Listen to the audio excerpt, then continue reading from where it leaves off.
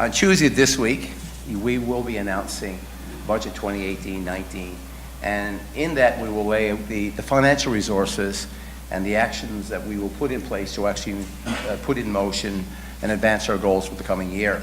In light of that, I think it's no better time for me as Premier and our government to launch the next phase of the economic initiatives that our government will undertake to foster new business activity and support job creation in Newfoundland and Labrador.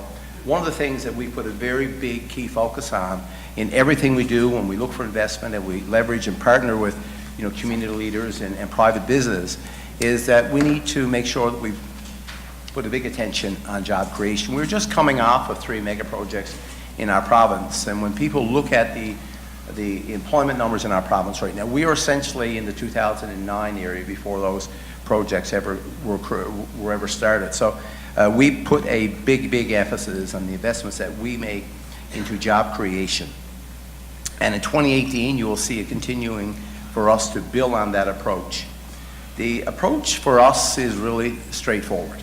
We partner with people who are making things happen in our provincial economy. We look for people that have a view that the future of Newfoundland and Labrador is bright. They see success, they see potential for the growth in their own companies and their own organizations, and these are the groups that we want to partner with. And we ask them, what do you need? What is it you need to actually add some people to your business, add some people to your association? When we figure that out, when we get those answers, we take responsive action that's required for all of us to meet our goals. It's a process that is working because we've seen the results already. In late last year with aquaculture, we worked with industry players to put in place, and this was working in collaboration with them, a 28-point plan that will see the number of year-round jobs supported by the sector more than double from 1,000 to over 2,100, that by 2022. And we're seeing progress already. Since that plan was launched, industry players have expressed interest in expanding their own operations. So it's just not about bringing in new companies. It's working with companies that have opportunities within their own operations, as well as supply and service businesses that will support their operations. You know what happens here is when you get a critical mass of any industry, you will get the service and supply industry. They will grow as well. So we've seen many companies, some of them even from outside the province, that have expertise in certain areas that are looking to come and set up shop in our communities.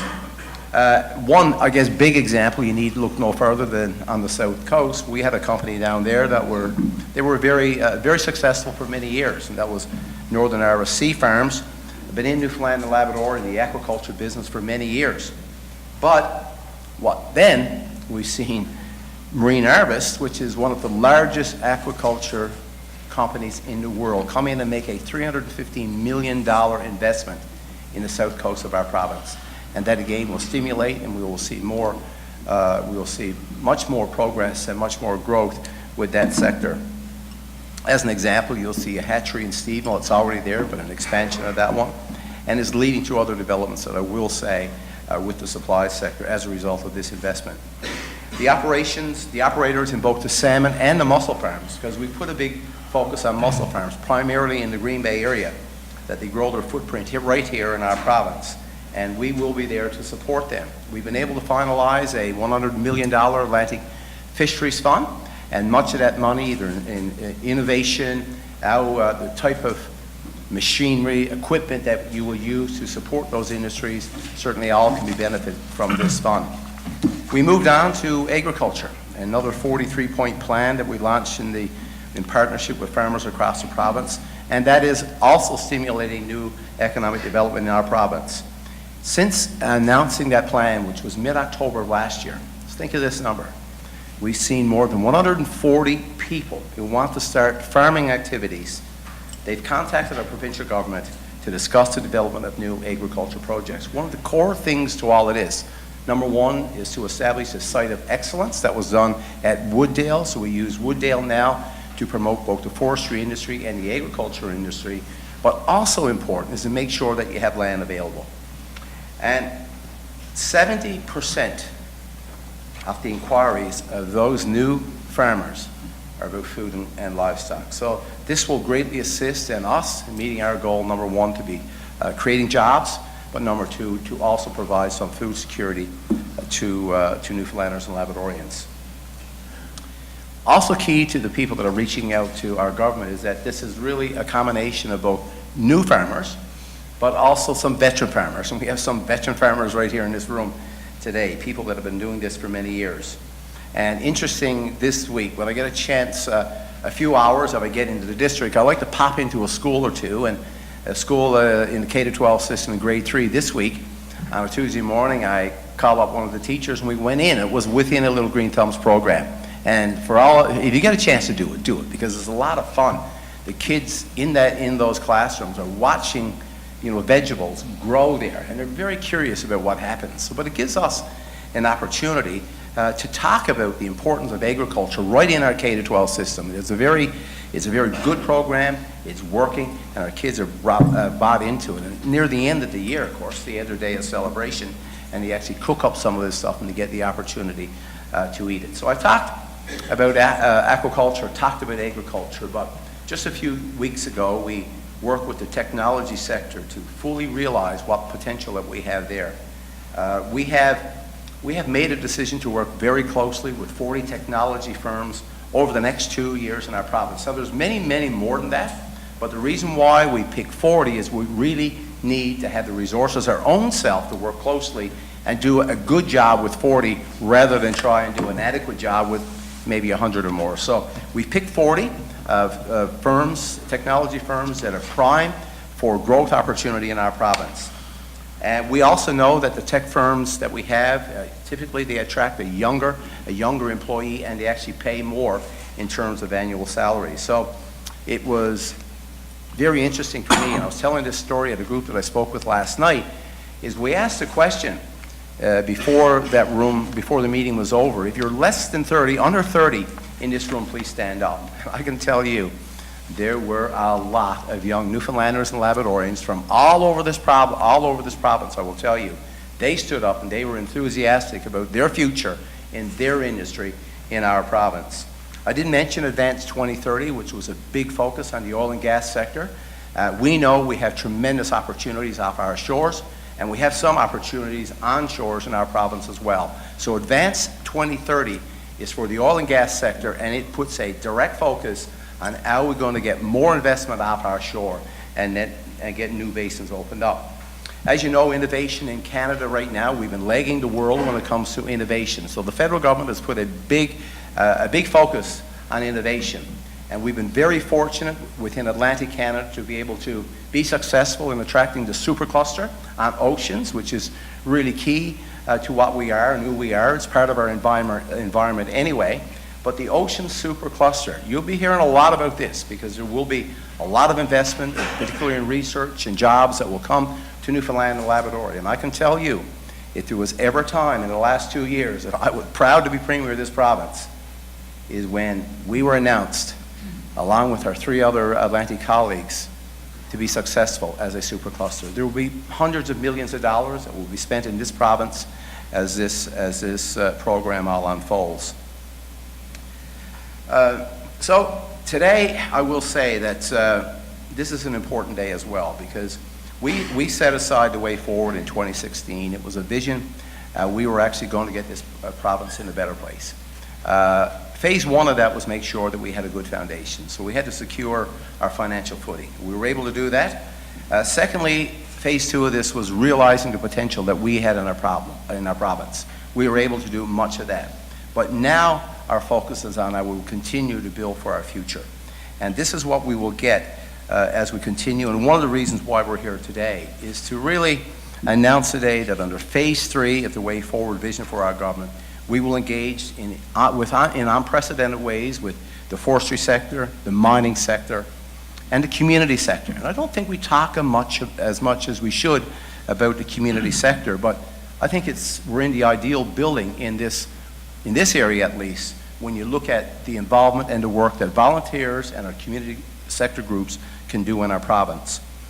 With the forestry sector, it's timely too, because given some of the challenges that we're facing, but also even more exciting about this is just a recently developed Newfoundland and Labrador Forestry Association Industry Association, and their focus being on diversification and innovation in the forestry industry. So we'll be working very closely with them, and the same idea, making sure that we put initiatives in place that as a group we will bring more jobs, and we'll make better use of the resource that we have in our province. So then we move on. We'll be moving on to mining as well. The timing of this industry couldn't be better, because we are seeing a renewed interest in growing interest in the province's mining resources. In 2017, the province saw the highest number of mining exploration approvals issued by prospectors and exploration companies in the history of this province. Just think about that, especially in Central. You've had a long history of mining in this area. Labrador, a long history of mining in this area. But in 2017, we set a new record.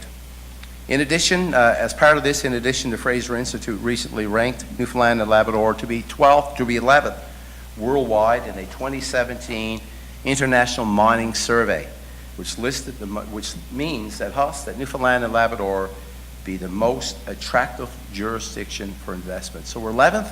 Last year we were 25th. So it's important for us to send a message to those industries, those people looking at investing in our province, that we're open for business. We're not going to do it by destroying our environment, but we will be there to make sure the necessary steps are done. But we want to sit down with people who are looking for investment in our province. And we've made significant changes with our offshore oil and gas, when a similar survey saw us move up to 4th place in the jurisdictions that they covered. So the community sector organizations. We've got Penny Rowe with us here today, and of course she's been widely known and well known across our province for the work that she is doing. But I think it's important for us to recognize the work that are not-for-profits, these organizations do in our province. And for too long, the positive economic and social impacts on the community sector has really been underappreciated. I often think, what would our province or community look like without volunteers? And if I ask people in this room to stand up if you're a volunteer, I will tell you everyone would stand up, because it's who you are. We just came off the Newfoundland and Labrador Winter Games, and congratulations to Central, by the way, who took home the award for the most improved for the first time in 42 years. Central won that award. But all of that, somewhere in those teams and those young people that participated in those games, there were volunteers supporting our young people. There's volunteers supporting our seniors. There's volunteers supporting every single person that we have. So it's important for us. We're aware of a pilot study involving the Community Sector Council, which Penny leads, and Memorial University through the Department of Economics. And the information is interesting. 45 community organizations in the St. John's region actually supported some $61 million in annual spending and 1,200 full-time jobs. Think about that. 1,200 full-time jobs. That's what's happening with volunteers and others in our province. So working with the community sector stakeholders, we will work to maximize the positive social and economic impacts that those groups are having.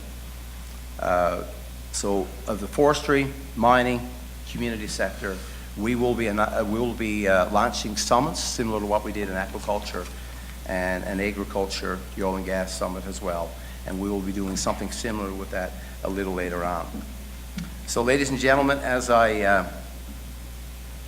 before I sit down, I want to talk about women in leadership in our province. And we're going to take a look at that too, because we want to make sure that we get more women in leadership roles in our province.